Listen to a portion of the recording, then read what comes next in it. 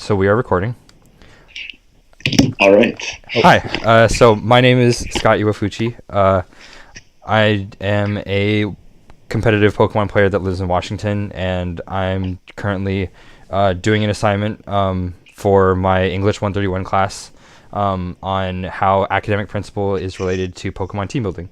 And I'm going to start off with a bit of like an intro monologue to get you guys sort of like up to speed on like what it is we're going to be talking about in the like podcast discussion. But I'll first just start off by letting my co-casters introduce themselves. So who goes first? Hayden, you can go ahead and go first. Okay. Hi, I'm Hayden McTavish. I ran the Pokemon club that Scott was a part of in high school, and I was part of his introduction to competitive Pokemon. I've spent a lot of time on sort of the interface between academics and competitive Pokemon.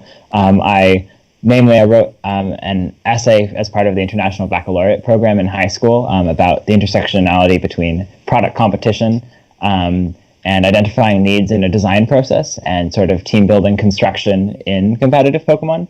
And I've been trying to spend so much time just sort of thinking about that intersection between academics and competitive Pokemon in that area. And in others, there's lots in psychology, there's lots there's a little bit of stuff in the computer science work that I'm doing now. And I don't know, it's always been a really cool part of the passion that motivates me academically to be able to connect it to this really neat game. And so I'm really excited for the podcast here. I've played competitively since like 2011, so I've been playing Pokemon competitively for a while. All right, and I'm Demitri. I don't have quite the same academic background in terms of Pokemon. I haven't written a huge essay on anything like that, but I've been playing for a long time, and I've been thinking about it at like this deeper level the whole time. And obviously I've talked with these guys a lot, so I feel like I'll be a nice contribution to the discussion. And I've been playing since late 2014, so I've been around for a while, and hopefully I know what I'm talking about here. Yeah, and I've only been playing since 2016, but I've been in contact with these guys ever since I started playing. So we've always been like hedging, like at this sort of like discussion, like trying to like get ourselves to like do this sort of thing. Yeah. And I think the assignment that we're doing, that I was assigned, is like really giving us the motivation to go out and do it. So I'm thankful for that. So we're just gonna start off, or I'm just gonna start off by introducing Pokemon as a competitive game.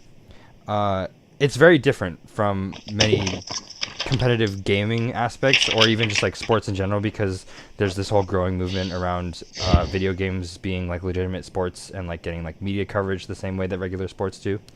Where Pokemon is essentially like a two-stage process where you have to construct a team of Pokemon to take into the competition, keeping in mind all of the different possible compositions of opposing teams that you could possibly face, as well as honing your skills to be able to use that team and make effective decisions in high-pressure situations when trying to defeat your opponent.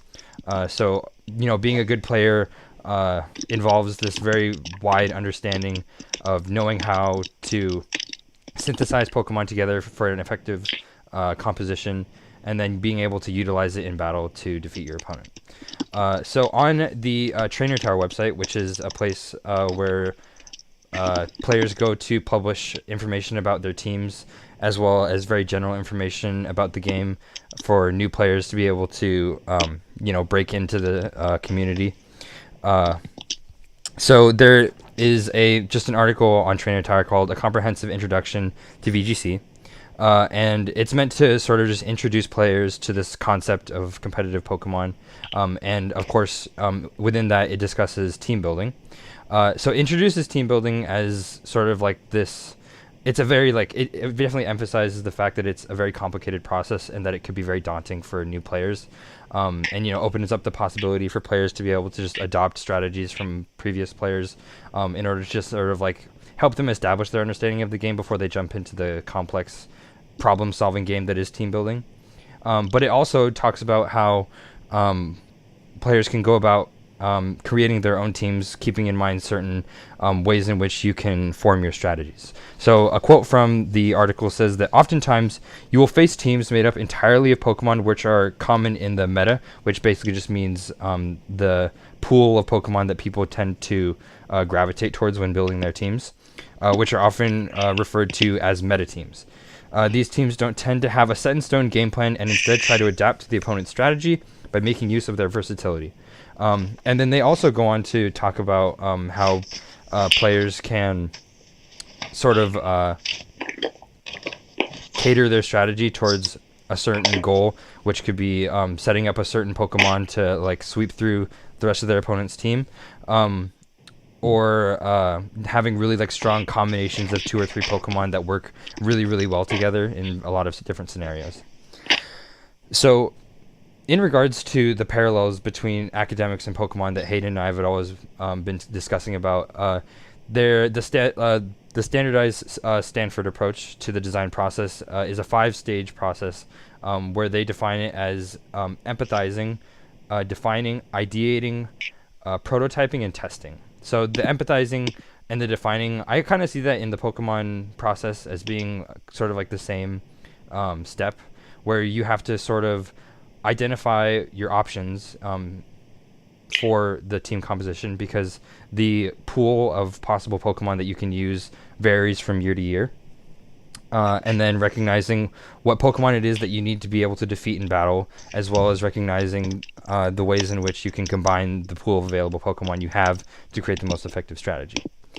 And then ideating, which would essentially mean going in and on paper just trying to think about the combinations of Pokemon that you think would be the best fit for each other, as well as the best fit for the metagame, as in the most fit for addressing the potential opposing team compositions.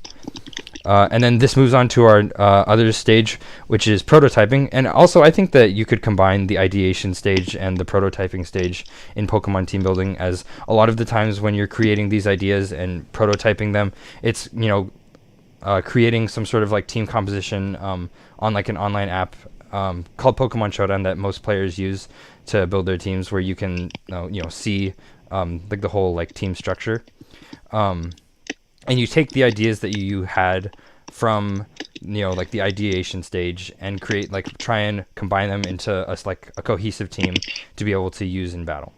And then that finally moves on to the testing period, where you take those teams of Pokemon and you place other players to see how your strategies match up. And then eventually, the whole idea behind that is that it's sort of like a cyclical process, and you go back on certain stages in the design process, and you have to reconsider like, what Pokemon am I not being able to address that I wasn't able to like identify in the definition stage, or what ideas did I overlook when I was going through the prototyping stage, and things like that, and then readdressing the testing stage in order to see what strategies work and which don't.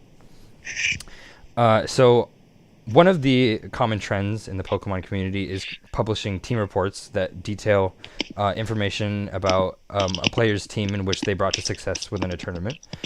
So in 2016, a player by the name of Wolf Glick, who is a longtime player and has always been known for his very unique team building style and play style, and has always been revered as one of the greatest the game's ever seen. And in 2016, he won the World Championships with a team that he built with 2 of his associates within the Pokemon community. And everyone recognizes this team as one of the most creative and ingenious teams the game has ever seen. And on YouTube, he shows all of the team that he had in all its details. And there is a 9-page document where he has written down all of the things that he was thinking about when building the team, like the things that he wanted the team to address, the things that he wanted the team to do, and the functions that he wanted the team to fulfill, which speaks to this whole empathizing and definition process, where he identifies the potential threats that he could be facing when he attends the tournament. And then the ideation process, where he goes through different ways in which he can build his team in order to address those ideas. He does not touch on the testing process, but we have accounts from the people that worked with him and talk about the ways in which they formed their strategy for the world competition. And then the 7th place, one of the 7th place teams, by the name made by a guy by the name of Baz Anderson, who is a very well-known British player. also published a team report where he talks about his team in a much different light. He defines his team as having very specific functions. There are 3 specific functions that he wanted the team to have, which was disruption, which basically just like trying to make it so that his opponent's team is less threatening to his. Setting up, which means like boosting your Pokemon stats so it has a greater chance of doing damage or living attacks. And then putting Pokemon to sleep in order to like advance his advantage. And so here, like in Baz Anderson's team, we see a much different approach where in Wolfie's case, he wanted to build a team that was able to address any sort of problem with like the flexibility of like the composition of the team and the various roles in which he assigned to the different Pokemon. Whereas in Baz Anderson's team, he assigned very specific roles to each member and then had a very strict, or I guess he had a very like set like strategy in which he intended to carry out in order to win the game. And then also, like in the team report, he talks about how the team went through different phases where he had certain Pokemon in other slots, and then how he eventually came to the version of the team that he took to get 7th place at the World Tournament. Ooh, sorry. And then in 2018, another very well-known British player by the name of Jamie Boyd published a team on his Malmo regional, Malmo, Sweden regional team in which he won. Where he details Jamie is very well known for his very unorthodox team building strategies. And so he shows how he identified 2 Pokemon, very unique picks that he wanted to use. And he adapted it to another very well-known player by the name of Ben Kiriakou, where he took Ben's team and then adapted it to the way in which he wanted he adapted it to the Pokemon that he wanted to include. So here we can kind of see some of the things that I think we're going to want to touch on later is like the sort of like communal effort that Pokemon team building has become like throughout the years. In that it's very often that players will try to build their teams with the collaboration of other players or simply by adopting ideas from other players for inspiration for their strategies. So coming off of Jamie's point where he's always been the one to look for very like unique strategies to employ in his teams. There has been a lot of criticisms of the VGC community in that the diversity of the like number of Pokemon that people use is very stagnant, and that it's like in order to win you have to be using this and that Pokemon in order to like defeat your opponent. And what I wanted to relate this to is I found a article where a physician was talking about heuristics in medical diagnoses, and how presuming many things when approaching certain issues can be very, very dangerous. And while like assuming things about a Pokemon, like assuming that its conventional role is the most optimal way to play it, isn't necessarily dangerous. It just means that in a lot of cases you could be missing out on what could be the better way to use that Pokemon. So in 2011, a player by the name of Ray Rizzo, who everyone in the community should know, he was a 3-time world champion in 3 consecutive years. Yes, 3 consecutive years, which has never been, no one has ever even won 2. So he is like just a legendary player like within the community. In 2011, there was a Pokemon by the name of Thundurus that everyone thought was this like offensive powerhouse that was like always meant to like do damage. And then in 2011, did he bring it? I'm going to ask for your guys' input here. He brought it to Worlds, and was it Bold or Calm? I think it's Bold. I'm not sure. Let me double check. It took a Flying Gem Acrobatics from Tornadus, and the crowd was like cheering that it was Bold. I am 90% that it's Bold. Okay. So in 2011, Ray Rizzo brought his Thundurus to the World competition, and instead of it being the very offensive like powerhouse that many people had designed the Pokemon to be, he brought it as like very defensive, as like a support role in order to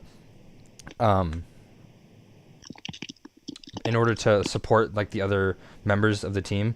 So it had a move called Swagger that was meant to confuse the other player's Pokemon, and would decrease their likelihood of being able to attack. And then it also ran Thunder Wave, which also does like a very similar thing where it slows down the opponent's Pokemon and decreases the likelihood that they'll be able to attack. So here we see like a very like momentous innovation in the design of Thundurus as a Pokemon within the VGC community. Because Ray Rizzo's design for the Pokemon stuck for the next, what it was, like 5 or 6 years after that. And so here we see the benefits of sort of looking past like a heuristical view of certain Pokemon and trying to redefine the roles in which they've been set into by the rest of the community.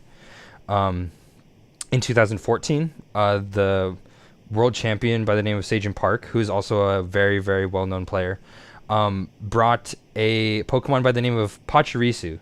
And while this may not mean very much to like an average viewer that doesn't know much about Pokemon, Pachirisu is like a small electric mouse Pokemon that is, visually very underwhelming, as maybe some would put it. But he replaced a very well-known Pokemon by the name of Amoonguss, and had it fill like that Pokemon's role.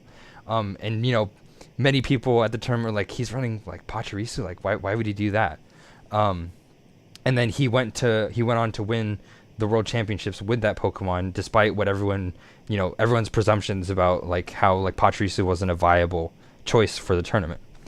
And then finally in 2016, I'm going to come back to the example of Wolf Glick, where in 2016, in preparation for the world tournament, him and the people that he built his world's winning team with were practicing on an online battle service, and they came across a strategy that was very similar to the end product of their world's team.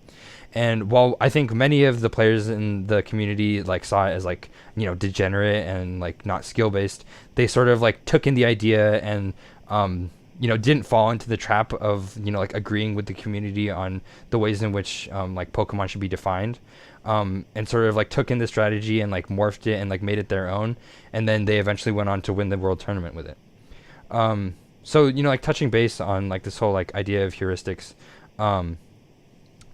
taking an idea about a Pokemon and sort of trying to look for like a way around it to come up with a new solution, one that's possibly like better than the ones that people have supposedly like the problem is like never fully solved, I suppose, is the best way I can put it, because Ray Rizzo took Thundurus and made it twice as good as it used to be before he redesigned it, and that innovation stuck for however many years after.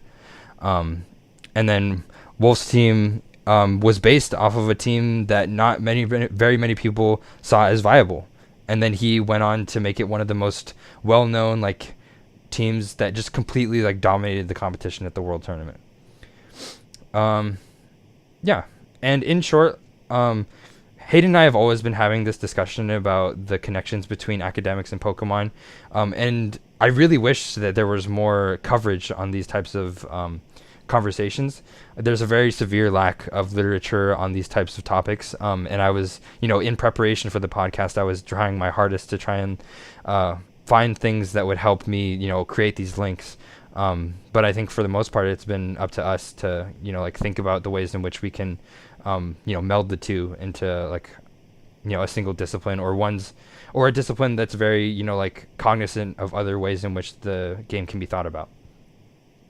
I think that's some of the hope with making this video, if I'm correct in saying so, Scott. For sure. Yes? Yeah. That we can maybe spark some other people to start looking at this thing, that it's actually really neat. And there's like brilliant people who play Pokemon, like Mike Selesky, he's working on a PhD and made like a bunch of stuff in relation to the RNG of it, and looking at sort of the design aspect would be really cool. Mm-hmm. Sorry, I just wanted to interject there, as you were. Yeah, no, I definitely agree. Like, a lot of the Pokemon players I know are just very, very, very intelligent, and I think it speaks to the complexity of the game. And like, all the things that I've been talking about, like how hard it is to design the teams that do well in tournaments. There's a lot of like steps and trial and error that goes into it. And then this is the point in the podcast where I want to open it up to you guys to be able to respond to some of the things that I said. And hopefully we can move on to a discussion about team building in general, the state of the community, and other things like that. Demitri, do you want to go first this time? You can go ahead. Okay. That would be better to start with. Okay, for sure. So I wanted to talk a bit about, you started bringing up the design process, and that's like totally what my essay has always like focused on a lot. And I think one interesting piece about it is the design process applies to so many things, and it definitely applies here, but it's also interesting that like as you get into specific domains, sometimes the way you think about the design process shifts. Like you talked about empathize being that first stage of the Stanford design model, and it normally, when you're thinking about that, you're thinking about, you want to empathize with your end user, and you want to figure out, okay, who am I designing for? What do they feel? How can I make this better? And in Pokemon, there's this really neat piece that usually the end user is you. And so there's this really interesting sort of like interconnected aspect for that makes it like a little bit different, so that normal design processes need to be modified a little, but it's also really interesting and adds like a lot of flair to it. And I think like that's a big consideration, and also like then this whole idea of like there's this duality that there isn't normally of like you are designing your team and you have to pilot it. And so there's this other piece of like trying to figure out what the right balance is there. Like when you play games on like Pokemon Showdown, that rapid prototyping tool that you're talking about, like there's a really interesting nuance between like, are you playing to practice your Pokemon skills, or are you playing to learn about your team? And should you really approach those exactly the same way? I think that would be a really interesting area to explore. And so there's like a lot of good stuff that comes from applying design to Pokemon, and also that comes from applying design to Pokemon and then going, wait, well, how is this a little bit different, and what change does that sort of spark, was some of my thinking there. Like there's also the piece of, in Pokemon, unlike lots of things, your prototyping is super rapid. You just like pull up Pokemon Showdown and you make a team, and then you're testing it immediately. And that is not something that's normally the case in a lot of design scenarios, although some of them it's totally there. And so that's also a really interesting piece that like really affects how you approach design, and sort of like how other designs that you're interacting with in terms of other people's teams change, because if people don't like their team, they can change it in a heartbeat. Mm-hmm. So that was sort of like some of the stuff I wanted to mention. Yeah. There's lots of directions to go here. Oh. Yes. So I just want to bounce off of the whole. So you're like when you're talking about like empathizing, and how the whole idea of that first stage of the process is to like define like what problem you're trying to solve and for who. Yeah.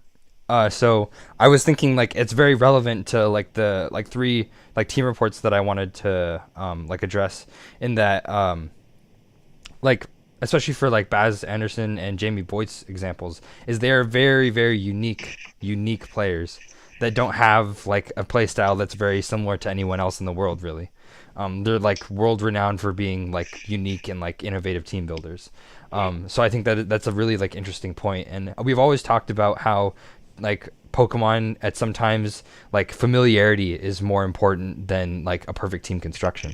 And how like being able to have a team that like fits your play style is maybe among the most important aspects of a team. Yeah, I think that's like the strongest argument for building for yourself, is that no one else who is building a team is building for you. They are building for them or for their friends or for like their conception of a general Pokemon player. And so like we talked about familiarity, I think that's still not even out of the realm of like just team building. Like when I build teams, when I've built teams and done them well, I've built them so that there's more of an emphasis on something that I can kind of keep using across time, and isn't just like specific to one moment in what everyone else is using, because I really need that familiarity piece. And then also usually if I'm doing a good job, my teams acknowledge that I am pretty far from a perfect Pokemon player, and I make mistakes like all the time.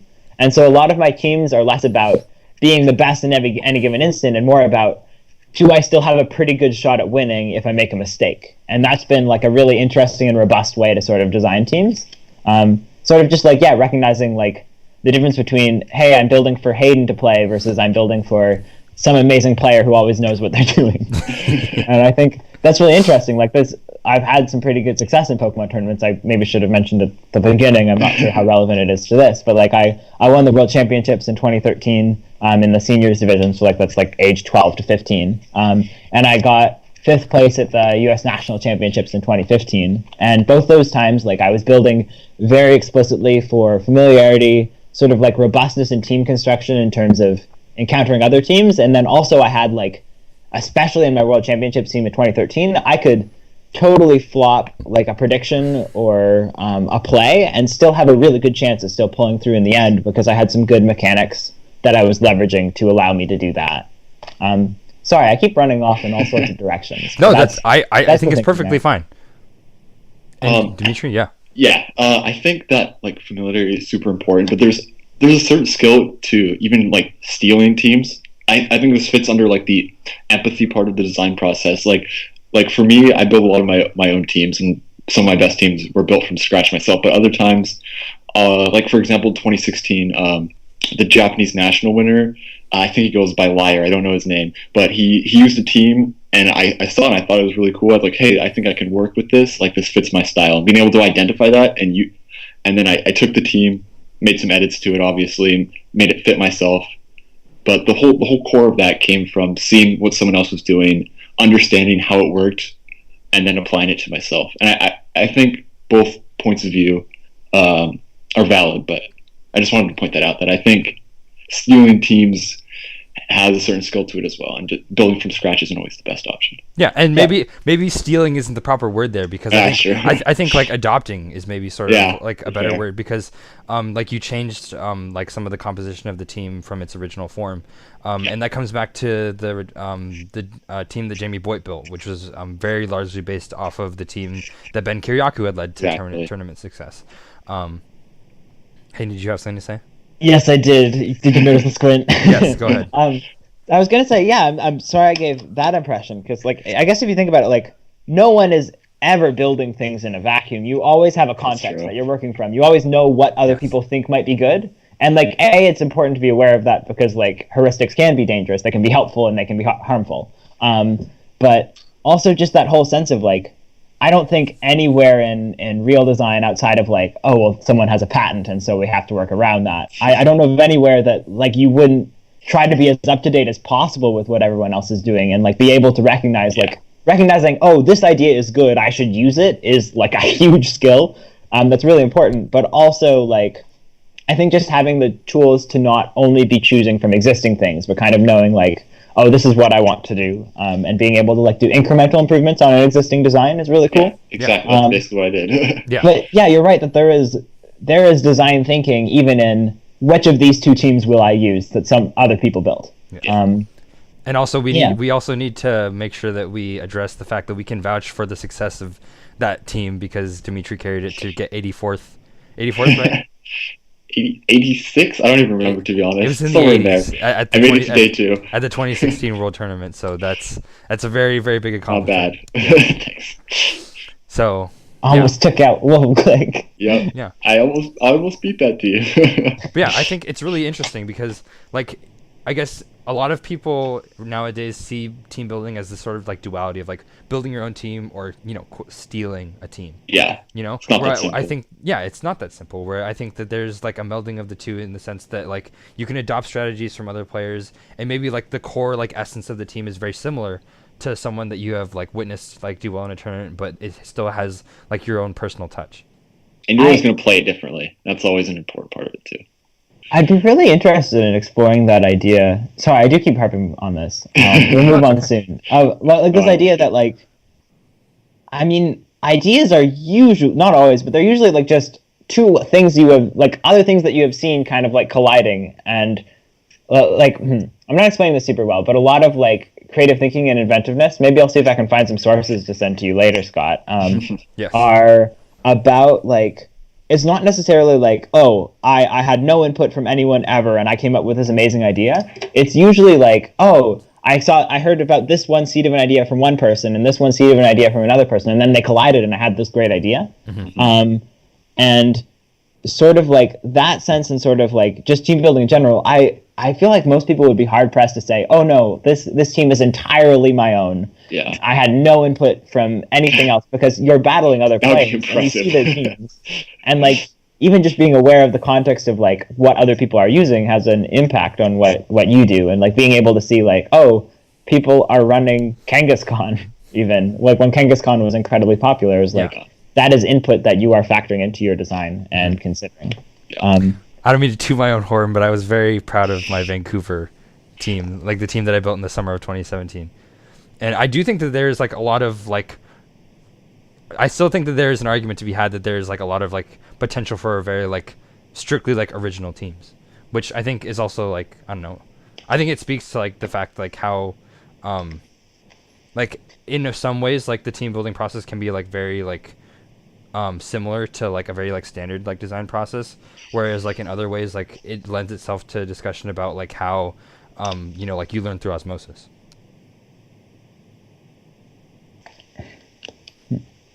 Sorry, could you define that a little more, Scott? Well, just like you said, like taking ideas like from existing strategies and then like you said, like combining them or re-gearing them to like fit your playstyle more, or like trying to find a new way in which you can capitalize off the like benefits of the strategies that were originally like derived from it. I think that was like, the point that I wanted to make. That makes sense. Yeah. But I do think that like in the example of like Dimitri's team in 2016, that like a lot of like team building is, you know, like based off of like, you know, two ideas colliding, which I don't know. I think I think that's what kind of like makes like Pokemon like really like special, because like it's very hard to like in like a lot of like other competitive mediums there isn't like this sort of like construction aspect where like you're very like dynamically involved with like the ideas that other players have like like very directly. Sorry, go ahead. You go ahead, D. You talk first. I just think it's cool. Even though everyone's competing at the same time, you're all learning from each other at the same time when you're team building. I just think that's really cool and something that's pretty specific to Pokemon. That's the original meaning of the word compete, I think. It's like from Latin competere, which means to strive for together. Yeah. So that's like, it's like, in a way, it's all just like a community effort to make better teams as you go on. Yeah. Yeah, I genuinely think that like competitive Pokemon has enough unique stuff to it that it would be like genuinely like actually interesting to study, and you would learn something from it that you might not learn from any other game ever. So anyone's listening to this and trying to think of an academic paper subject, please look at Pokemon. Yeah. Well, it's crazy because I remember talking to you, Hayden, one time, and you described Pokemon as a problem-solving game with almost limitless solutions, but you must only pick one. And you're like, covering for infinite things at the same time. Yeah. And like with one solution. Yes. One set solution. How are you gonna find that? Yeah, exactly. And so like it's been funny because like we've been talking about Pokemon for the past like 3 or 4 years. And we've always been like Dimitri's like whole like struggle is like, how do I address like everything? Yeah. And like sometimes every it's like possible option. Like it's not possible. Yeah, it is very hard and pretty much near impossible. It's the ultimate problem of team building. Yeah, because like the whole the goal of team building always is to like have a composition of Pokemon that has the capacity to beat any like potential foe. Yeah, you have to be infinite things with one thing. Yeah. I wonder. Go ahead. Oh, thanks. Sorry, I'm always stuck on the my whole extended essay was about that define aspect of the Stanford design language. I used a different language framework for that. I called it identifying needs because I was using like the International Baccalaureate design model. But it's basically like that whole define area. I'm still stuck on what exactly that means. Like Demitri has like had this claim for a while that like you got to address everything, and that's like it's a very common idea that I've gotten from a lot of folks, and I've usually thought. But I'm wondering now, like, I don't know, that feels very much like we have to either hit the global maximum or it's not worth it. Well, I think like if you're running an algorithm or something to optimize, like if it's impossible to get the global maximum, you go for like a local maxima. I don't know if you necessarily have to say, oh, this can't address everything, we got to scrap it. And I don't know if that's always the goal. Yeah, well, it's impossible to cover literally everything. It's just what you strive for. You want to get to it as close as possible. I feel like that's what the ideal team should do. Yeah. But I mean, there's lots of different criteria that like defining needs. Like the way I like to look at it is like list out like criteria that I want a certain team to do, and I'll try and hit as much as I can. And it always comes back to I want to beat everything with my one team. Yeah. And I think that like the idea of team building is that we're critically concerned with like what exactly like we have to be ready for anything. Like that's the idea. Yeah. Like we're building a team so that like we're ready for anything. Yeah. But like considering like how many things could be out there and how many things we have at our disposal is like very interesting. And it's a very hard problem. Yeah, I want to come back to like Hayden's whole thing about like the define thing, and I think the very like the cop out answer, but I think it's just the best way to put it is like it depends. Because like for like I'd say for like say for Baz Anderson, I was talking about how he had this like 3 functions that he wanted his team to do. He wanted the team to set up, like be able to sweep. He wanted to disrupt with like fake out and like stat like intimidate, like stat decreasing, like stat debuffs. He wanted sleep to be able to like minimize damage on his team. And he so like when he builds the team, he like has these very specific functions in mind. So like when he's in that define process, he's like if he's trying to come up with new Pokemon to fill those roles, he's trying to fill those roles, you know? He's not trying to like one of the things that we've always talked about, me and Demitri, I've always loved this analogy, is that in some cases when you build a team, you're building this sort of like puzzle piece that's meant to like fit in to whatever like opponent that you have to face. Whereas in some cases you're building a team that's just like forms a circle that's like perfectly like all support each other and like give you the flexibility to carry out like a number of different strategies no matter what the situation is. And so I think it's that a whole 6-mon core. Yeah, exactly. Rather than like a 2 or 3 mon core that like where you're very dependent upon like those 3 Pokemon to carry out your strategies. Yeah. So I think that and whole then like the way you cover for it is linear. Yeah, exactly. From there. Yeah. So I think that whole define process is like very like different when it comes like each player. Like I'd like to think that for the most part, like when I'm building teams that like I'm trying to go for like that whole like 6-mon like core idea. Whereas like you know like I feel like a lot of like other players like to like have like they have very specific like play styles that create some sort of like predisposed like roles within the team. So I think that there's like an argument in that like it just really it's very like it varies. Yeah, it all comes with experience. Like as you play more and as you learn, as your view of the meta develops, you're going to identify what you think your team's going to need, and then you build from there. Yeah. Just you got to try to get a good foundation, and then it is supposed to be continually updated. It just always bothers me that you don't know what your needs are when you start, and that's where I have limitations as a designer. I sometimes get too fixated on that and don't recognize that a lot of that evolves from moving forwards with what you got. There's no perfect team.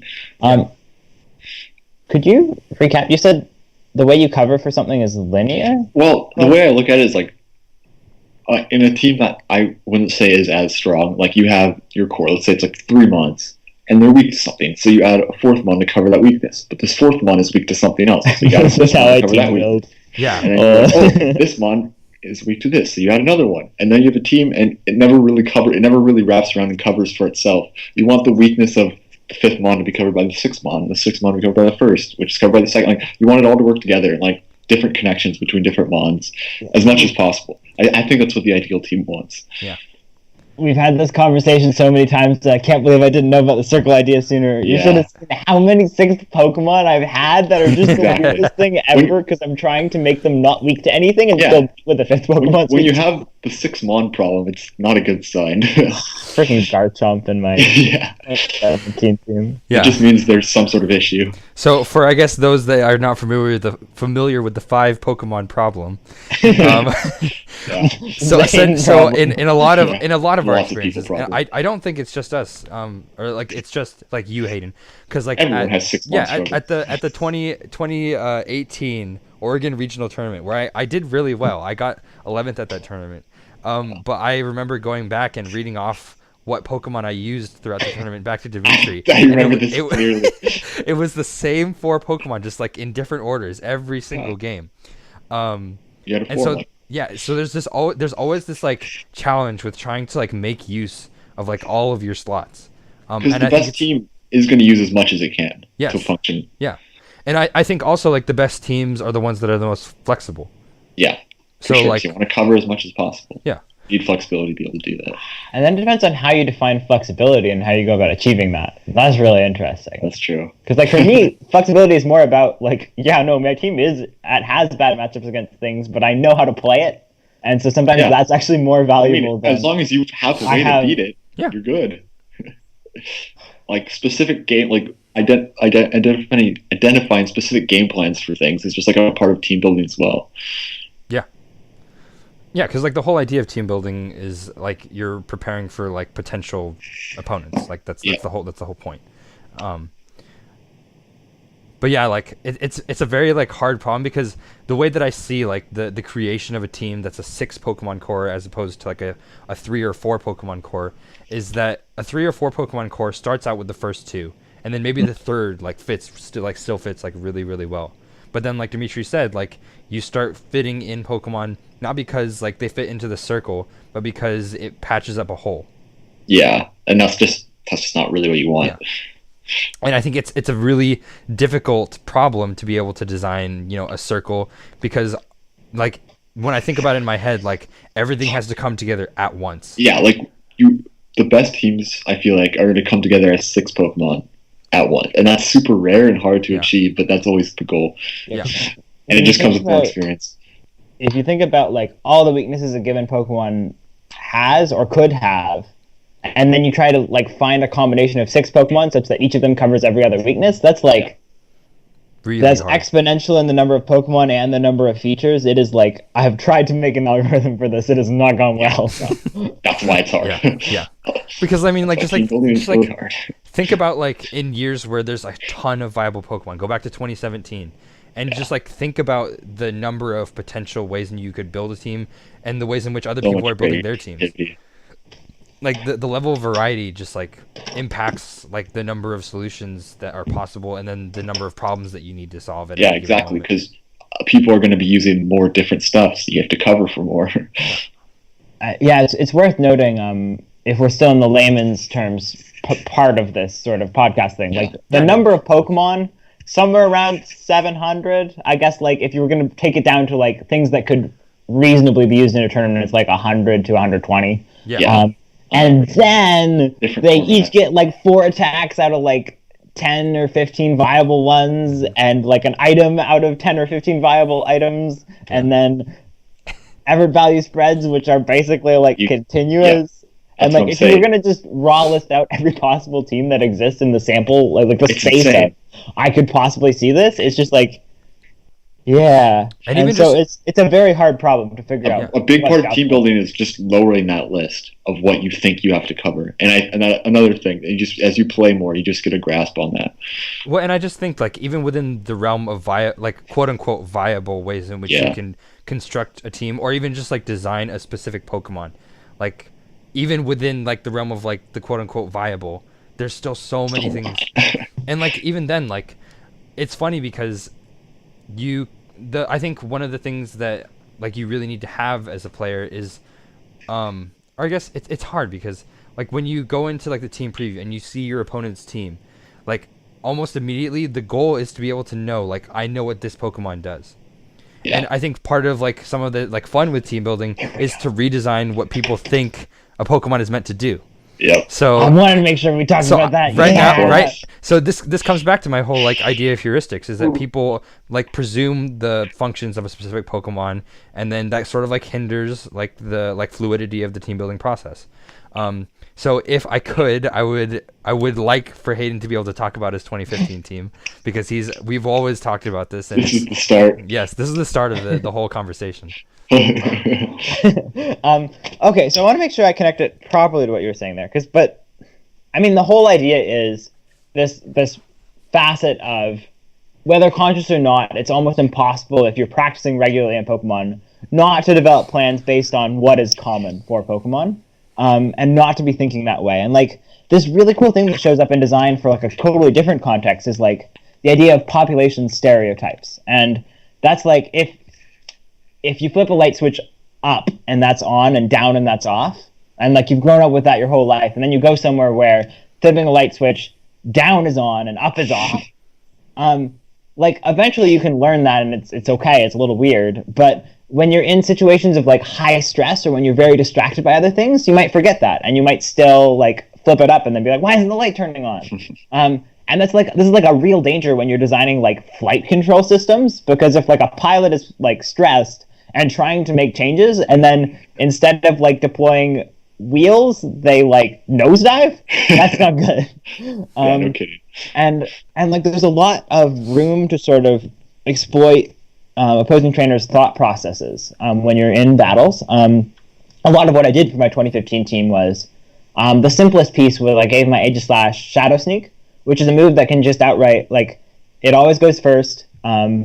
It can kind of just outright surprise people and take a knockout on an opposing Pokemon when they were expecting you to, like, Aegis Slash normally just moves at the end and like takes a lot of hits and then deals damage.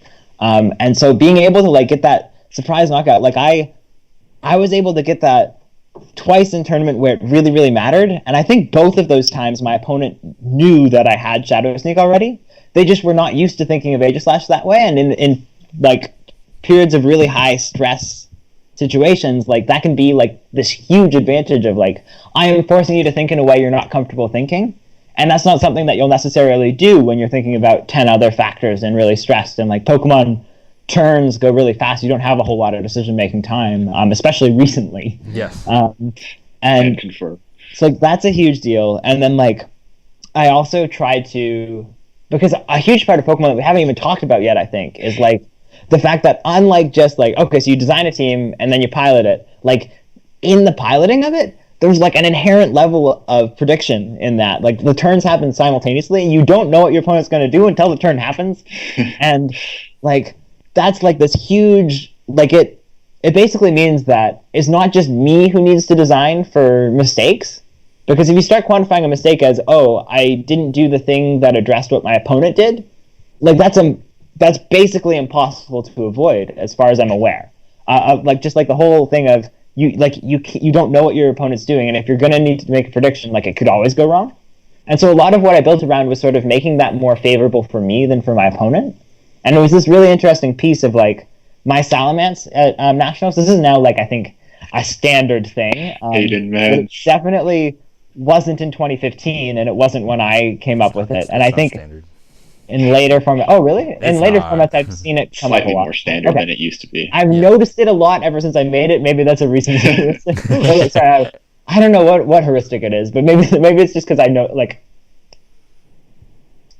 I'm blanking on what the word for that is, but like I ascribe so much importance to it when I see it that I assume it's common, and that's definitely a problem. Oh, representativeness. Yeah, representative stuff. And I think just like that whole, that whole idea was like, when I first did that, people were used to Salamence being this really fast thing that just like does a lot of damage, but really hates ice type moves because they'll just one shot take it out.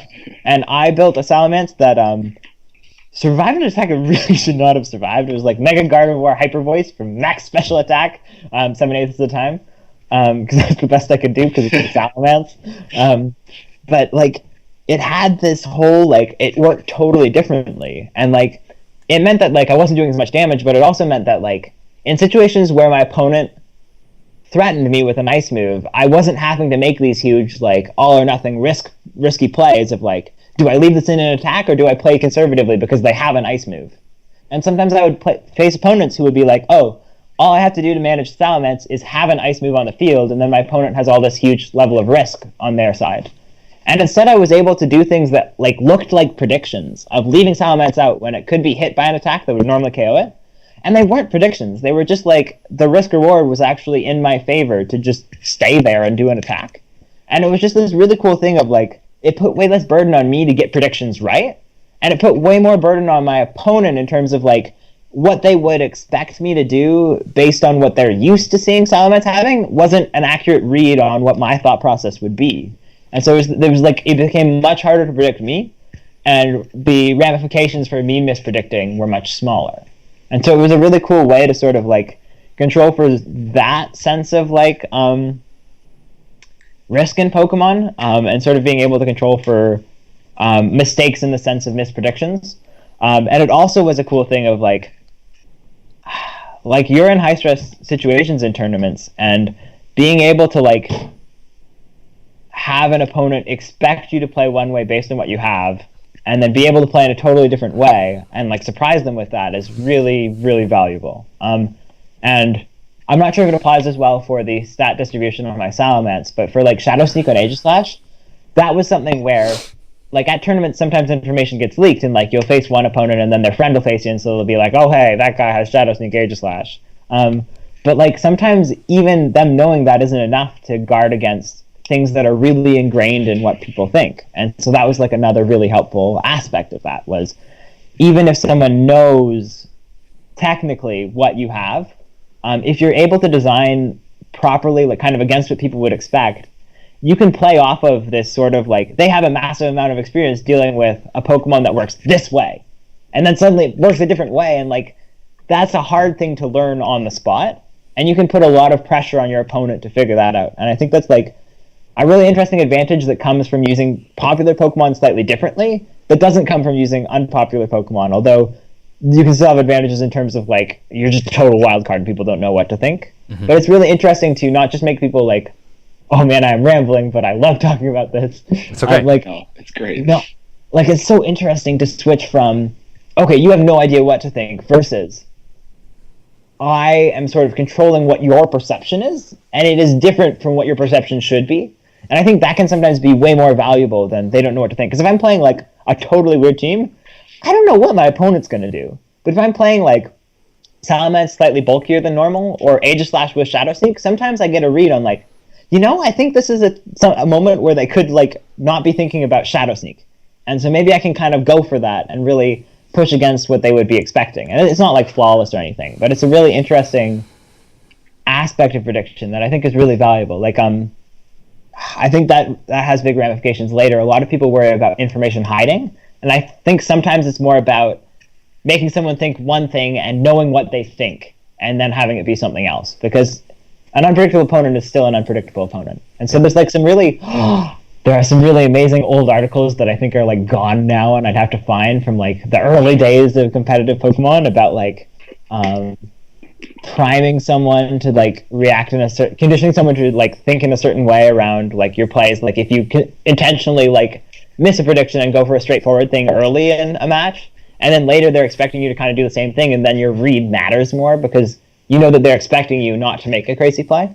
I don't know, like there's so much that can go on in terms of like managing the expectations of your opponent, rather than just like trying to keep predictions no better than random from your opponent. Trying to make them worse than random is really neat, and I really like that idea, and I want to find ways to do that in the future in Pokemon. It's so cool. Yeah, and I think that like in this, like while you were talking, I think it relates a lot to like this whole like define process, where like we like, for me and Hayden personally, like, we really like this whole idea of like throwing off our opponent's thought process. Like that's kind of like, I like it too. Yes, we all really like it. So I'm gonna go off on my normal spiel about 2017, where in preparation for 2017, for the 2017 World Championships in which Demitri was attending, we were trying to brainstorm team ideas.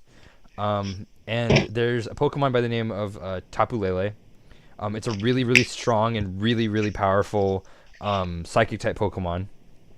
But the thing is, our initial impressions of it were that it was like stuck in this role of being like a frail, like a glass cannon, like an offensive powerhouse with no defensive capabilities.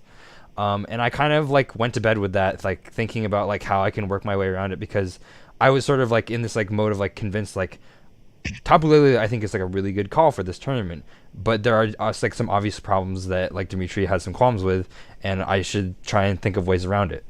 And so like long story short, I was right about to go to bed, and I came up with an idea for a team.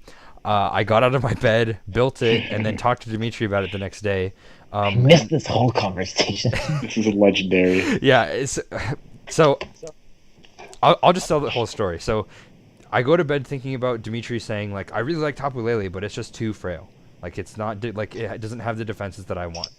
And then going to bed thinking about Tapu Lele is too frail, and just like thinking about it for a sec, and then I had the idea to make it like extremely, extremely defensive, and then having a move that like buffs its offensive capabilities after it lives a hit, rather than it being like straight out the gate offensive.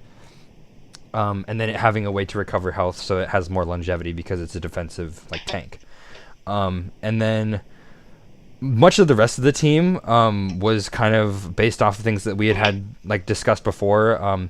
And my favorite Pokemon in the format was Alolan Marowak, and so I thought it was a really good like it complemented like the team composition really well.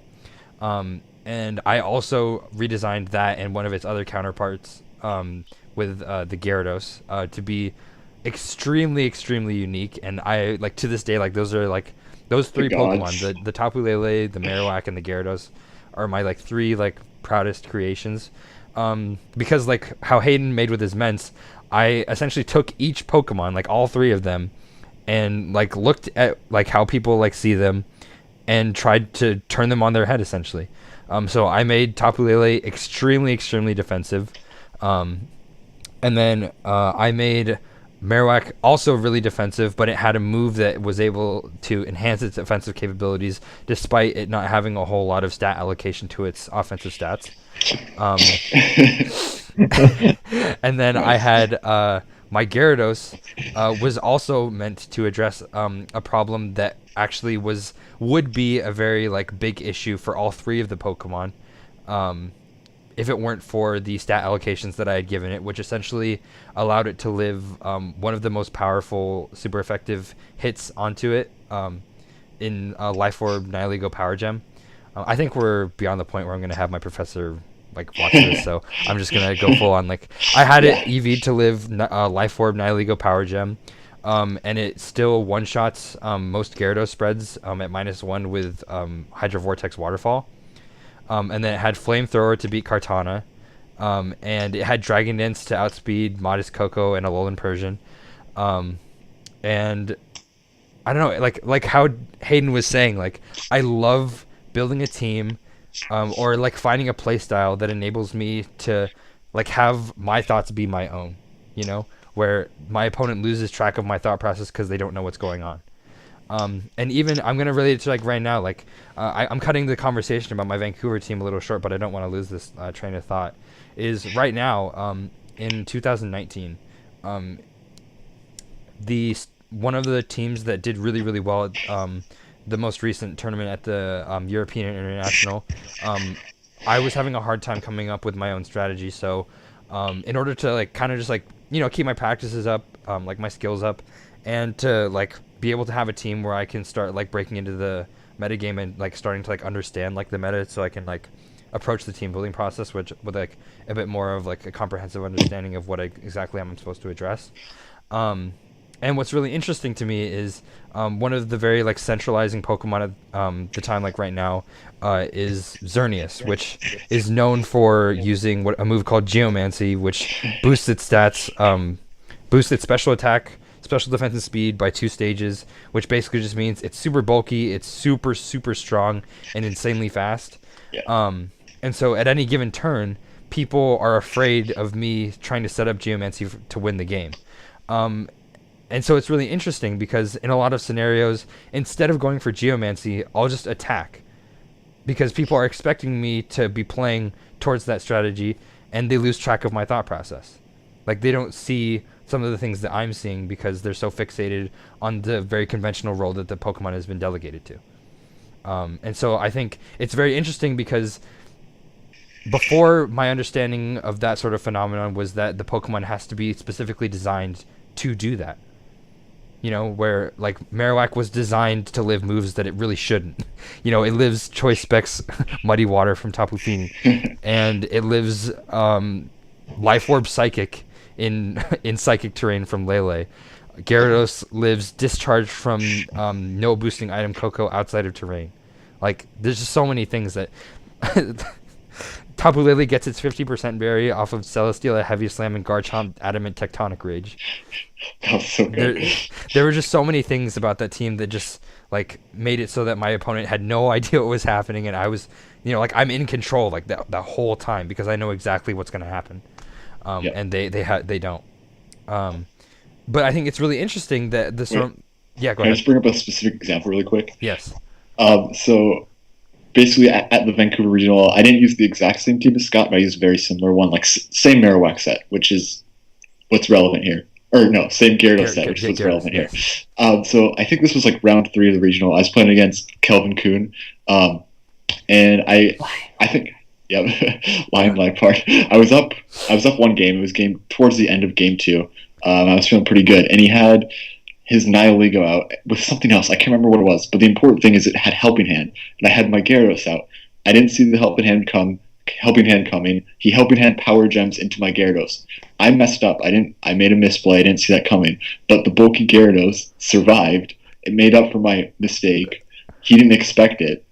Like, it just favored me so much. I ended up winning off of that. Yeah. It was insane. Yeah. Yeah. We always look back fondly on that. Or I always look back fondly on that team because I like to brag about it. Yeah. It was good. I can confirm. I stole it. Hey, I built it for you. Like, I built it because, like, I was trying. That's cool too. I built it for us. Yeah. Per se, yeah. Because I was trying. I take pride. We were in this whole like period of time where we were trying to help Demitri, like come up with strategies to like do out the World Championships, and so yeah, like I think it speaks to like this whole like communal shift where like team building has like moved to private chat rooms instead of public forums, and like team building like discussion is very private and it's always meant to be like people like like to hide stuff. Yeah, like Hayden was talking about how like there's this whole culture of like concealment and like secrecy around team building, that people admittedly get very passionate about. And it's a very interesting phenomenon. But I did want to come back because I just think it's a very interesting like phenomenon where like my understanding phenomenon. Sorry. Have you guys not? Okay. No. That's a story for a later day. Sorry. It's okay. So I just thought it was very interesting because my understanding of the concept that Hayden introduced about how you can design Pokemon to throw off your opponent's thought process and give yourself the advantage in a situation where it seems disadvantageous, where even in like within like Pokemon like battling, this is like kind of like branching off of like the team building discussion, but it's still like I think it speaks to like the ways in which like a team can be flexible, in how the stigmas around the role of a certain Pokemon within a given team can in and of itself restrict your like opponent's ability to like understand what it is your game plan is. Which I think is really interesting because, like I said before, my understanding was always that you had to specifically design the Pokemon to do that. Whereas I think now, in some cases, that there are potential ways in which you can abuse like the understanding of a Pokemon, and like the understanding of a Pokemon that a player has without necessarily designing it to do that. Yeah, there's definitely something to be said for. Ooh, I may lose my train of thought because it's very late. There's something to be said for the idea of like. I think a lot of times I tend to look at like, oh, popular Pokemon is like, oh, well, they're popular. If I want to be creative, I should use something else, or like find some clever way to improve on it. But what I don't think about often enough is like even though I'm very adamant talking to Demitri about like. Something being popular does not mean it is good in and of itself. That's bandwagon fallacy. Something being popular means that there's a lot more to play off of when you think about like countering what people expect from a Pokemon. And so like if something's popular, there is a chance that means it really is like a stronger Pokemon or a better Pokemon or a more flexible Pokemon. Thanks, Scott. And B, as soon as what's that? Thanks. Oh yes. B, as soon as like you start having a Pokemon that's really popular, I'm thinking about Aegislash. Like if you find like a problem or like something that people tend to read into really often, like being able to then like it's just something being popular is an opportunity to be creative with it. And I think that's something that I've not really thought about until now, but it's totally true. Like super cool. That whole idea of like my Aegislash in 2015. I'm going to run back to that really quickly. Yeah, no, my Aegislash was different, but it's the same in the same sort of way. But my slash was sassy, so it had like way more special defense than it should have. And originally the plan was just like, okay, so while it's in like its defensive form, it'll take hits really well, and it'll surprise people because it'll activate weakness policy, which happens if you get hit by a really strong attack, and then it makes you stronger, and so then it will like really surprise people and do a lot of damage. But what I didn't realize was there's this whole like play where like Aegis Slash normally is kind of like there's this mind game associated with it of like, okay, well, when you attack, you go into this really vulnerable form, and then usually you just have to like take a turn to kind of recover your defensive form, and people kind of like read into that and they go, okay, either you're going to take some crazy risk and attack with it again, or you're going to like go into a defensive form. And having a little bit of bulk on my Aegis Slash meant that like I could play that without it being like a 50-50 prediction sort of thing. Like if I left my Aegis Slash in blade form is what it's called, and then took an attack, like there was actually still a decent chance that I could live it if it was a special attack, and I was trained well enough to take it. And so there was this really cool thing of like I could make what seemed to my opponent to be a really incredible read, and it was just like a safe play for me, and there wasn't any burden on me in terms of like, okay, am I really confident I can make this prediction? I was just like, yeah, no, I can do this. And on my opponent it was like, oh wow, I really have to like see this coming, because like the thought process is like, and it has to be, the thought process is trained for the most common implementation of a Pokemon. And so, like, having popular Pokemon, and I mean, this could be annoying too, but it's pretty awesome, is like, you come up with an innovation for a popular Pokemon, you're able to leverage so much advantage in terms of, like, people's expectations, even if they know that you aren't running it the same way, because they're so used to thinking of something one way. And so, like people's intuition, I think, I would be hard-pressed to prove this, but my argument would be, like, people's intuition on like, oh, do I feel like this Aegis Slash is going to protect or not here? Because you do have to sometimes generate a bit of an intuition when you're going to make like a prediction. Sometimes you do have to go with your gut, especially in like a low-level tournament, where like you don't always have a good read, and sometimes like you have to get such a high win-loss ratio that you have to make some guesses and hope that they work out. Like you make a read, and your read is based on, this is what I expect players to think when they're using the standard Aegis Slash, and then all of a sudden it's not a standard Aegis Slash, and like then everything's different. Mm-hmm. You were going to say something. Yeah, I want to touch on my Aegis Slash. It was similar, but also totally the opposite. So this was like early 2015. So fast Aegis Slash eventually became kind of a thing, but at the very beginning of 2015, standard Aegis Slash is like slow. You want to take hits in shield form, and then you want to retaliate. So that's what I used. I used it on my Charizard team. I had a Tailwind mode with Suicune and a slow Aegis Slash. And one of the issues I had was just that it just didn't synergize very well, but like I was still set. Like I want to run slow Aegis Slash. That's what you do. That's what Aegis Slash is supposed to do. But eventually I just decided, hey, what if I make this Aegis Slash really fast, and I give it a Life Orb, and I make it function as a Tailwind offensive mon? That's what I did. I gave it like 132 speed EVs. I think it outsped like Thundurus and Metagross and Tailwind. And I gave it a Life Orb so it could pick up lots of unexpected kills. So I just have my Aegis Slash out, and I wouldn't have to make the reads that people expected. Like against Sylveon. Aegis Slash and Sylveon usually speed tie. Usually you would expect Sylveon to be the faster mon. But well, they have the same base speed, but so you'd expect Sylveon to be the faster one. But I would just outspeed it. I would Flash Cannon with Life Orb. It almost one-shots. I just needed a little bit of chip. And in Aegis Slash Mirrors, I know I'm faster. I don't have to worry about that. It was such a huge advantage that I gained just from one simple change on a super common mod. Yeah.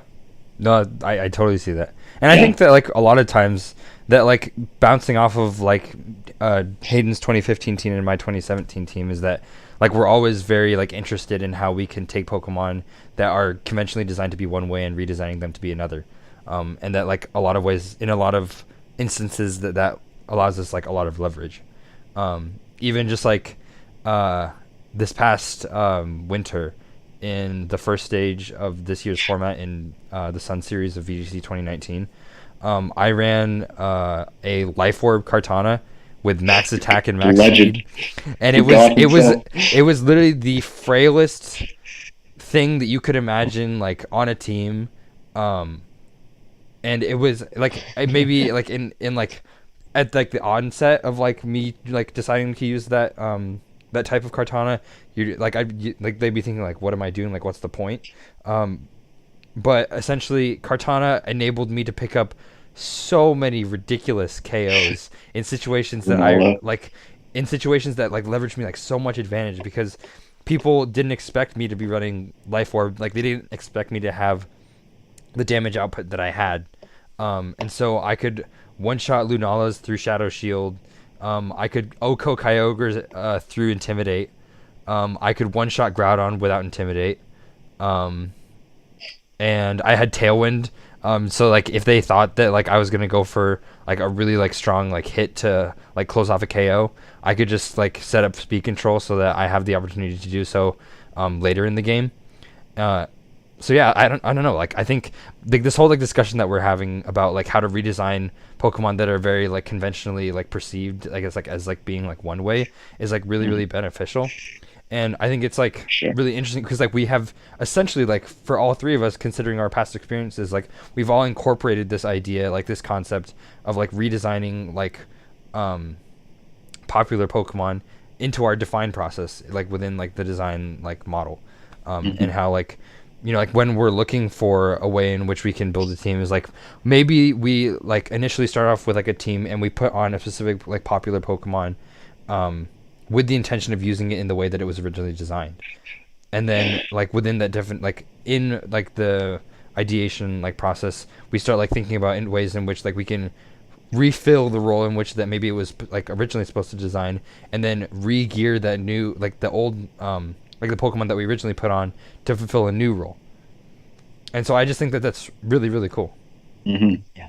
It's worth noting, I have tried this a lot and come up with some not as good ideas too. 100%. Well, but I like that's a lot of the theory of design that I sometimes get wrong. Is like the idea of like usually like, and I think I sometimes think of this as a localized design process, and I'm not sure if you all do, and it's okay if you don't. But like I think of, okay, here's a popular Pokemon.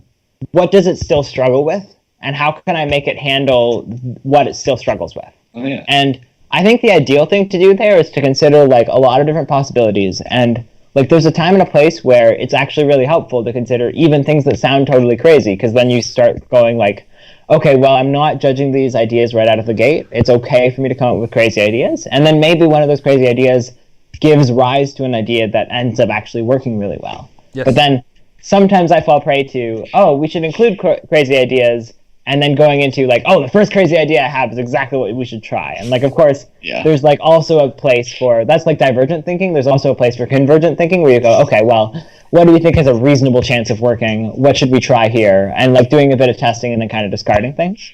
Yeah. And so I definitely fall for this a lot. I think almost anyone who's ever team built with me will see that like I latch onto like, oh, well, I don't like that this Pokemon does this. And I'll be like, well, why wouldn't you try this? And it'll be really silly. Purple. But I'll be really frustrated if they don't do that. Wait, did I? Oh, yeah, I did try that. Shoutouts to Trappage.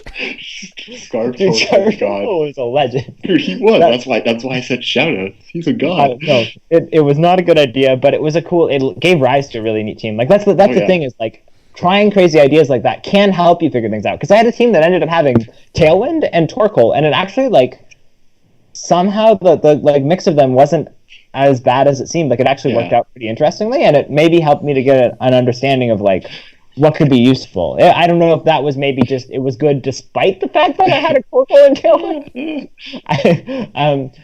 I like definitely slow things in Tailwind, not always the way you want to go. Yeah. I've made that mistake before. But like that whole idea. Oh no. Yeah. Oh, I lost my train of thought, but it was worth it for the jab at my own play. That was a good one. The whole idea of okay, well, so the context is I've had some competitive matches against like Aaron Zhang where I sent out the wrong Pokemon in Tailwind because I thought I thought I had won anyways, and I did that thing where like which you should never do, which is assume the game is over before it's over, and I made some very suboptimal plays, and it didn't go very well, and I lost. But Aaron played really well, and it was a cool match. But that is to say, amidst 1:30 a.m. Hayden's tangent, that there's a lot to be said for treating that as a localized design process, but also recognizing that like this is not the only route to take, and sometimes there are Pokemon that like they're popular and they've got a set that's pretty well figured out, and like it's awesome if you can think of a new one, but you don't have to. Like 2014 Garchomp, what are you gonna do? You're going to Jolly Max Speed Lum. And this is not to say that like Well, you've run some weird Garchomps at 14. But this is not actually to was say, the worst example I could have chosen. You're right. this is not to say that you have to do this, or that the right thing to do after like seeing this is to go out and be like, okay, I'm gonna run like the weirdest set I can think of for all of these Pokemon.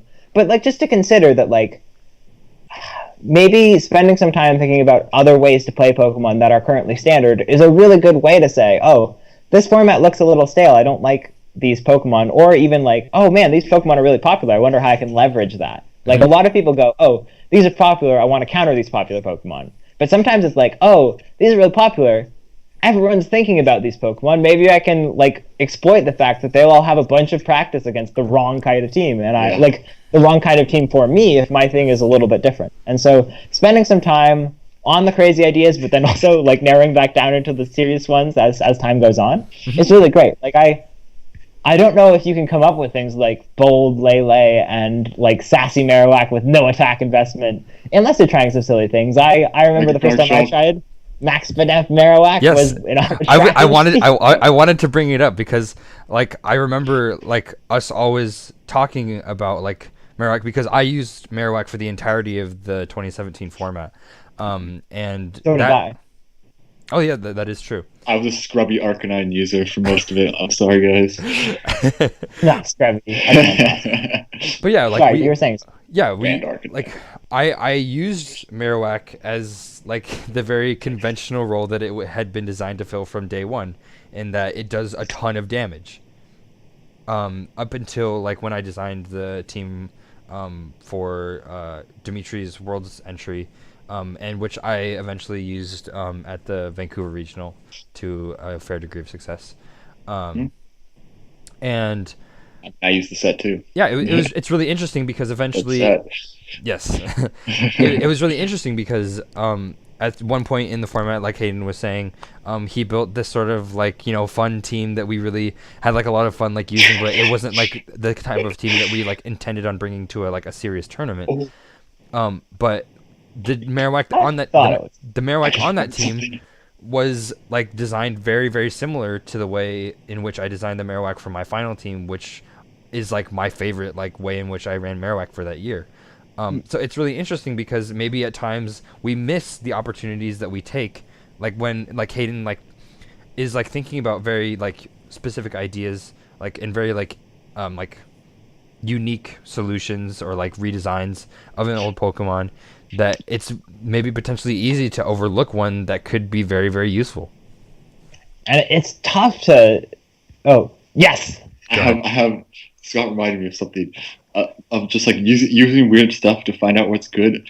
In 2017, me and Hayden built like this joke team. It was Pheromosa, Oricori. Oh, that's right. This is the origins of Clampa. I forgot about this. This is perfect. So the way it worked is we had Pheromosa, which is like really fast, faster than our Scarf Oricorio. It would Quiver Dance, and then Scarf Oricorio, which we EV'd to be like 1 point slower, would get the Dancer, activate the Dancer ability, Quiver Dance, and then immediately Baton Pass. And what we usually Baton Pass to is like this bulky Arcanine with like Morning Sun.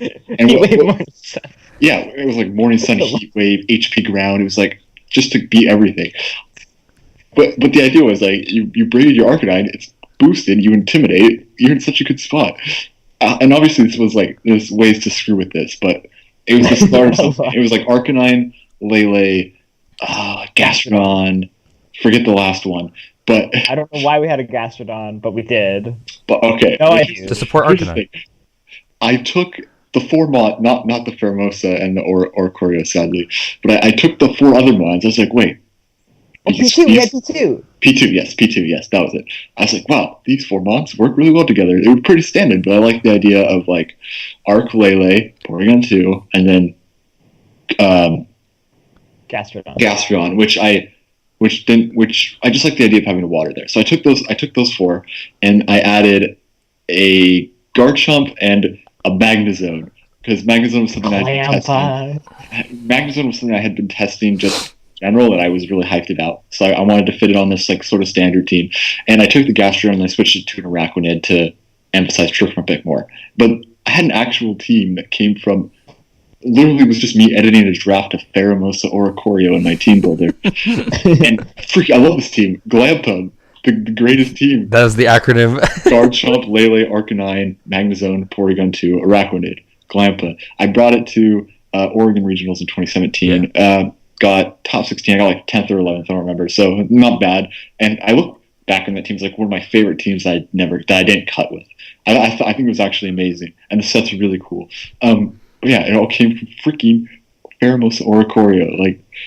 Like going out and just testing stuff. It can lead to like amazing things. Yes. Yeah, go ahead. Oh, thanks. Because I did want to point out, like, this is all amazing as an example, but like it is also important to note that these are all things we're saying in hindsight, and we've had plenty of silly ideas that haven't panned out. I almost brought Shakaladias to Worlds in 2013 instead of the team that won the World Championships. Yeah. And I was like really confident in the Shakaladias team. Dude, I would be too. That's but like the whole idea of like, it's really helpful to consider these sorts of things, but also note that like there's a lot of possible ideas in Pokemon, and it's not like I think I sometimes took the wrong lesson from these sorts of things and spent a lot of time like trying to track every single idea I had in Pokemon, because I was like, oh, it would suck so much if I like had this great idea and then ended up dismissing it and found out later that it was really good, because like saw it won Worlds or something and then I didn't use it. Yeah. But like at some point you can't keep track of all your ideas, and sometimes silly ideas are just silly ideas. So like I think this is a brilliant way to build, but recognize that it's not like the whole picture. Of course.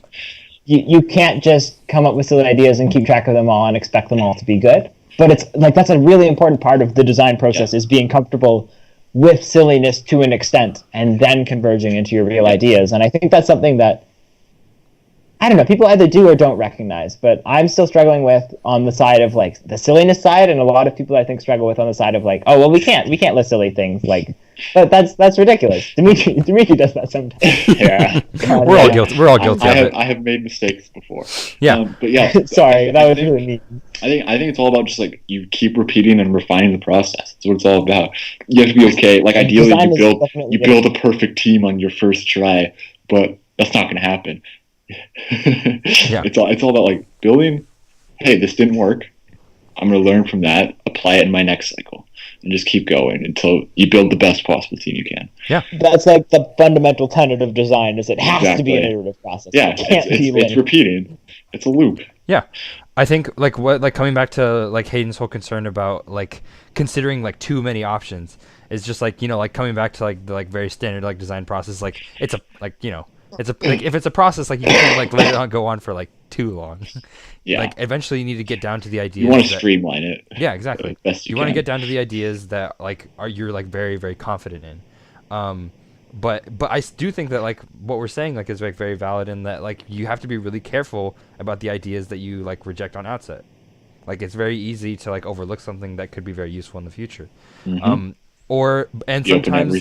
And sometimes like when you're prompted with like something that you want to use just because it looks interesting, it can very easily turn into something that's very good. Like in 2018, Demitri asked me to build a team around his favorite Pokemon, and eventually Mega Beedrill. And eventually like that team turned into one of like the best teams that I built in that format, and it was like it was like a lot of fun, like, and like I was like really proud of it because like I did my friend proud by like building a team, like a really good team about like around his favorite Pokemon. Yeah, it was just like it was like really, really interesting. So I know, I think it's like really interesting to like see the like interactions between like the creativity of like team building when it comes to like effective team building and maybe just like recreational team building. Mm-hmm. I think it's also cool because like a part of that like creative confidence to be able to try silly things is I think also just being willing to try standard things, because I think oftentimes I think about this and I'm like, okay, I've got to consider everything other than the standard because I want to make sure we also consider that.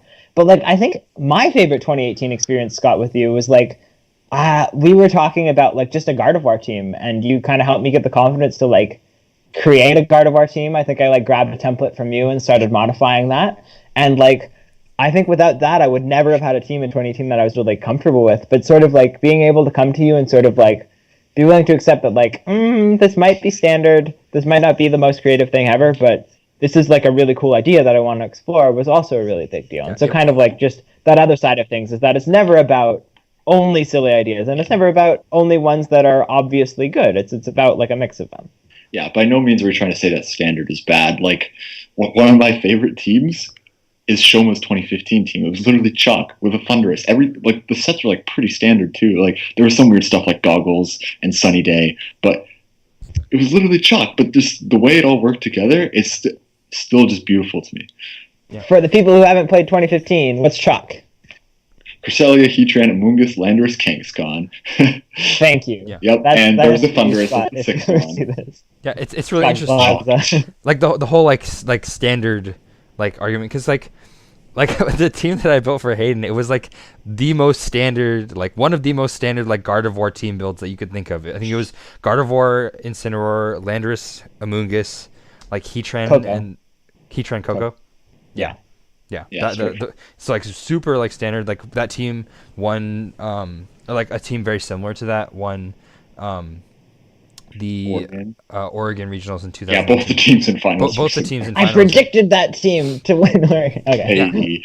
Yeah, both of the teams in the finals of that tournament were very, very similar to the team that I gave to Hayden. So like, in hindsight, it's like a very like standard, team that like people recognized as like being like really effective, like given the roles that like people assumed that each mon had.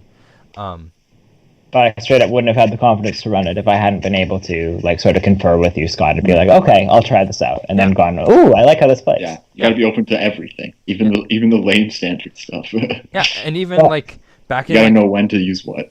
And it's really interesting because so back in 2016, I had just like started playing like competitively. So obviously, like as a person that has like a very rudimentary understanding of the game, like team building was a big challenge for me. And so like at one of like the biggest tournaments that I attended that year, I used a team made by Baz Anderson, who like I referenced earlier in the podcast, and it was like this really like quirky strategy that focused on setting up gravity so that moves that usually aren't supposed to like be very consistent become like very like viable like in like regular like play. I didn't do very well because like I said, like I was very new to the scene, and I don't know, I just I was still like trying to get a hold of like the understanding of the game that I needed to be able to do that.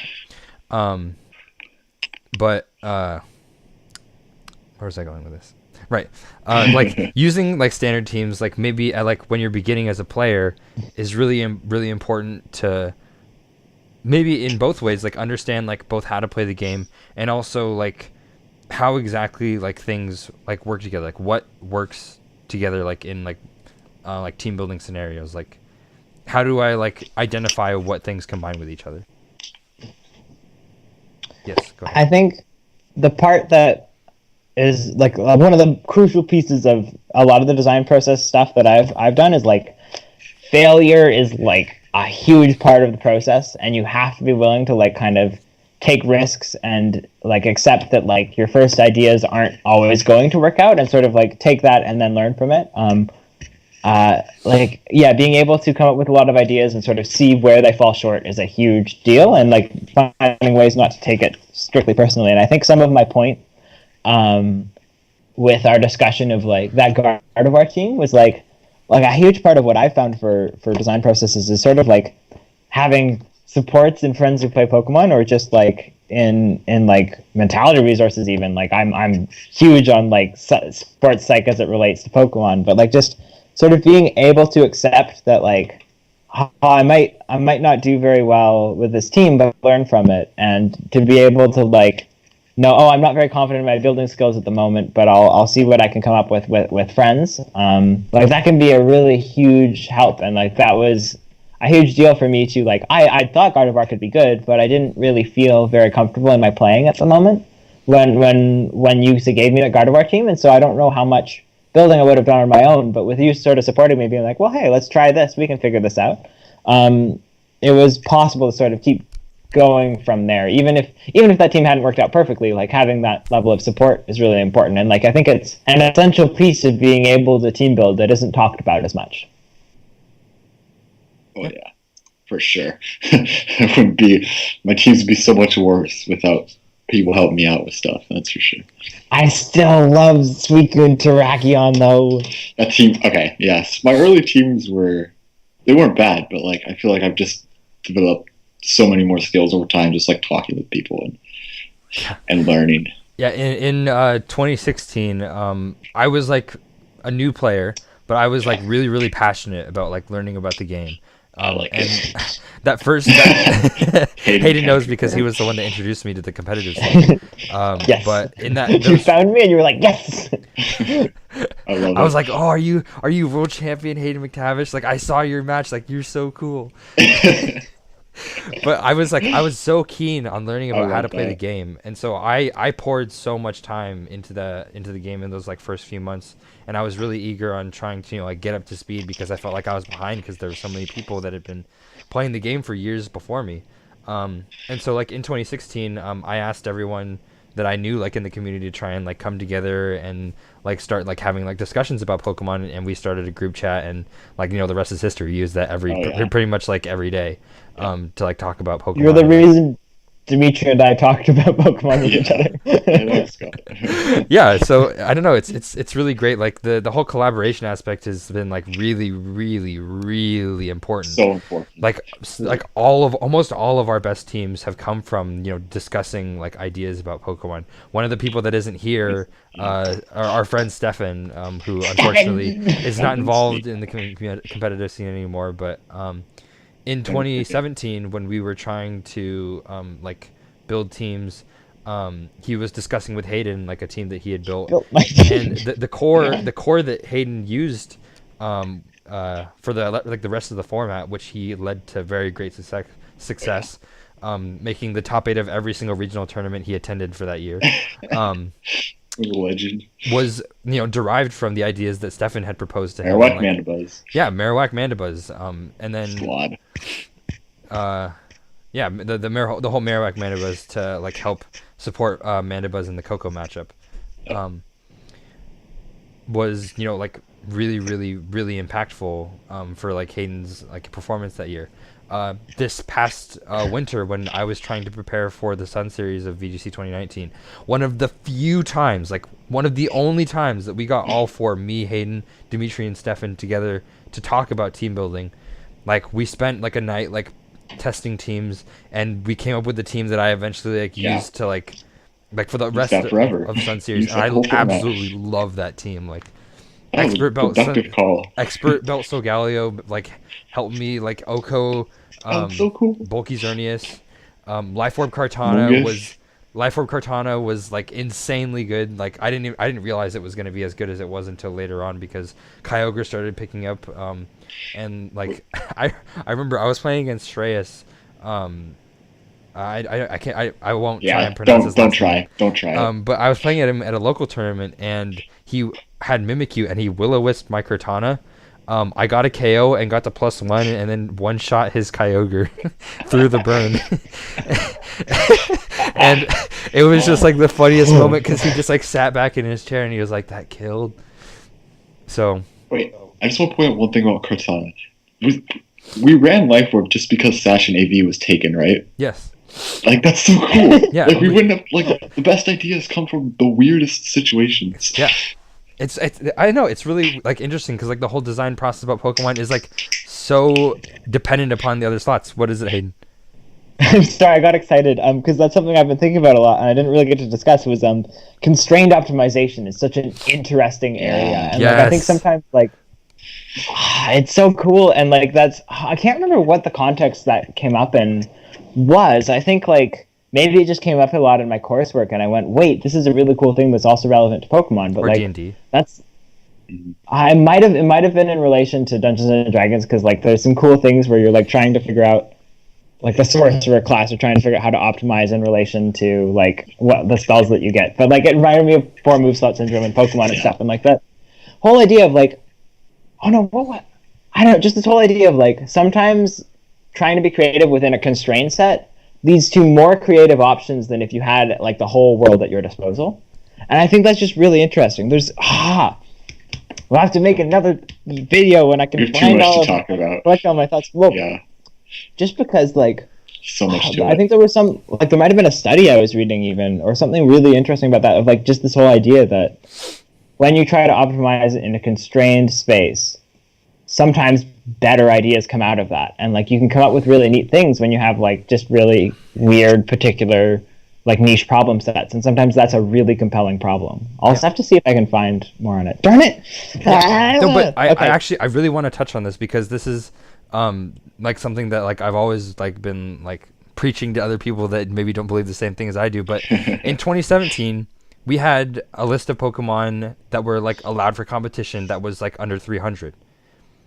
And within that pool of 300 Pokemon, you could probably run like 200 of them, or like so many of those Pokemon were really like very like realistically viable. Yeah. Whereas you move on to a format like right now, where like the more things are legal technically. The pool of potential Pokemon is so much higher, but the pool of potential like viable Pokemon, or just like the pool of potential Pokemon that you see at a given tournament, is significantly smaller. Yeah. It's really interesting. It's weird how that works. Yeah, it's really interesting. But Yes, go ahead. those are the cases where you've seen some of the coolest World Championship teams. I mean, not to diminish, like, every team that's won the World Championships is pretty cool. Like, 2016. yeah, I'd be hard pressed to say that. I'd be hard pressed to say that any World Champions team was any worse than any others, but they're all really good. But the 2011 and 2016, I mean, like, they did all right in the tournament, so decent, you know, not bad. But like 2011 and 2016 are some of the teams that I think of as like just the most like mind-bogglingly amazing, and they both came out of some of the the tournaments with the smallest usage set of top tier Pokemon. Like 2016 had mostly like restricteds and a few Pokemon around that, and 2011 had literally there were 150 Pokemon total in the entire set that you could pick from with evolutions. And that, like the best, some of the most amazing ideas that applied like very far outside of that space were from like that sort of a format, like figuring out Ray Rizzo's Thundurus. And I think it's so interesting that it came out of like a constrained optimization problem. Darn it! What was the thing I was thinking about with that? Wolf like, Raichu.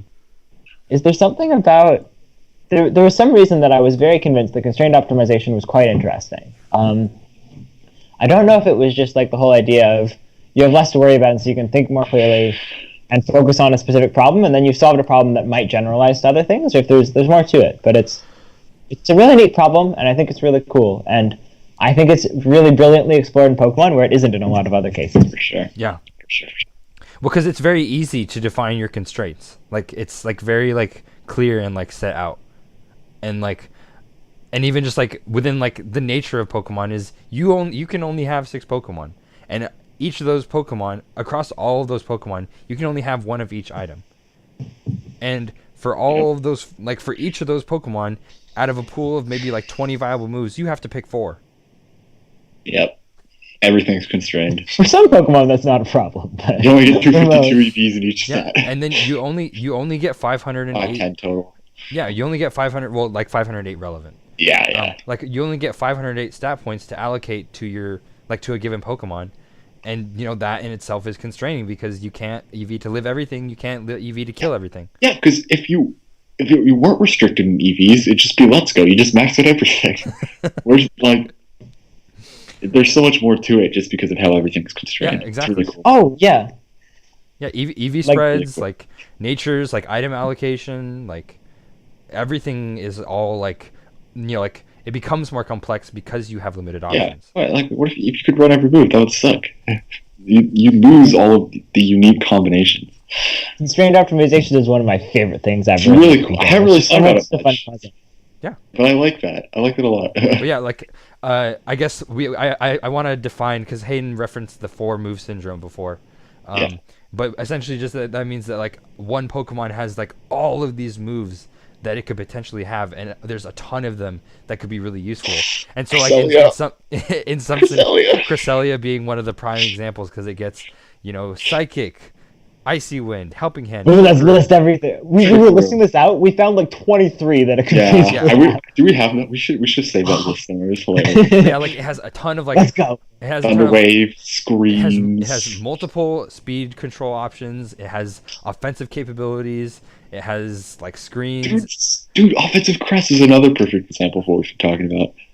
That is Can true. we list out crest moves? I really want to do this. Okay. We're gonna forget something. Okay. Psychic, Psyshock, Icy Wind, Ice Beam, Trick Room, Helping Hand, Light Screen Reflect, Thunderwave. Skill Swap, Thunderwave. Yeah.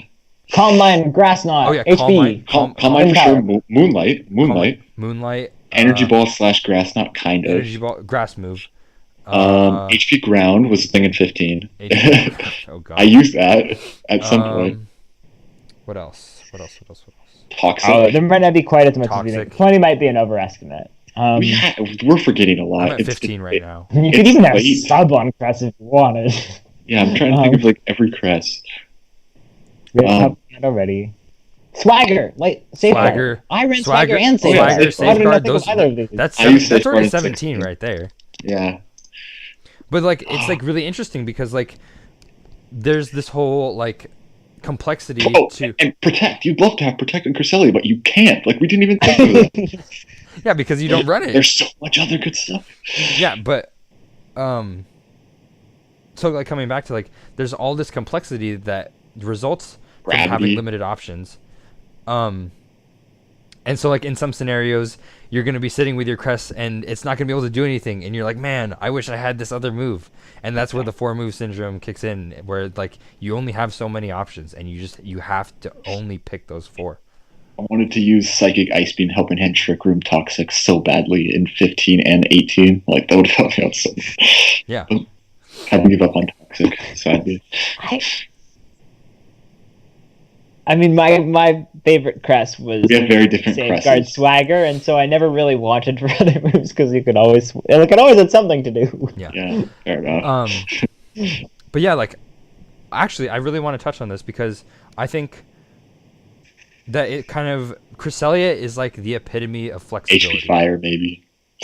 To me, like Cresselia is like one of like the prime examples of like it showcases how Pokemon is a design process that spans both like localized, like individualized, like designs of specific Pokemon as well as the composition of the team itself. So like in the example of Cresselia, like we've talked about like how some Pokemon like we've specifically designed to like defy what people think that it's supposed to do. And then there are Pokemon like Cresselia that already just do a ton of things and they're all equally viable.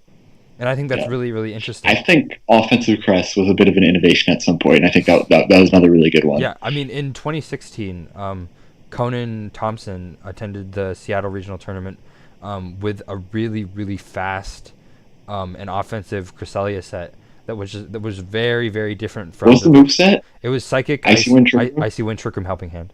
Yeah, another weird thing. Icy Wind and Trick Room on the same set. That's something you have to think about. And also offensive Icy Wind is super weird. Yeah, exactly. And it was so good because it was EV'd to outspeed Gengar at -1, Mega Gengar at -1, which was the fastest Pokemon in the format. Crobat, which is was so important for Zerndon to beat. Yes. And then it would kill with Psychic onto both of those Pokemon. Yep. So like it's really interesting because like that's how Chase won Nats. Mm-hmm. That crest. Yeah. It's just really interesting because there are opportunities to innovate in so many different aspects of the design process because it can be localized or like within the whole like construction of the team itself. For sure. All right. Well, it is getting a little bit later out That's here. True. So I could go on forever. We could talk about this forever, but we shall. One. We've already been talking for a good couple hours, so we shall. You're still here. Thank you so much. Yeah, I appreciate. Yes, if any of you are still out here watching this, then you're a real one. Us talking about how much thought we put into this child's game. Yes, it's just a really honestly the only word that I can use for it is beautiful. It is. It really is. There's so much more to it than meets the eye. Yeah, you wouldn't expect. We could almost. It's really something. You read a book about it. Yeah. Honestly. And this is just one part of the game. We aren't even talking about playing. Yeah, that's true. We're talking about everything that happens. Nothing about We're talking about everything before you enter the tournament venue. It's insane. This game is amazing. Man, Pokemon is the best. If we do it, if like 10 or 15 or 20 people can like make it to the end of this, we should like package it into smaller things and like maybe like turn it. Yeah, we can flesh it. We have a lot of ideas. We can flesh stuff out. Yeah. But I think this is a great starting point. Yeah.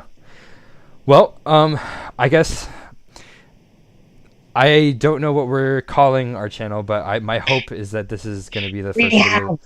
Three Halves. Yes, that's a good one. Because We'll Dimitri's name is Demi, which like is 2.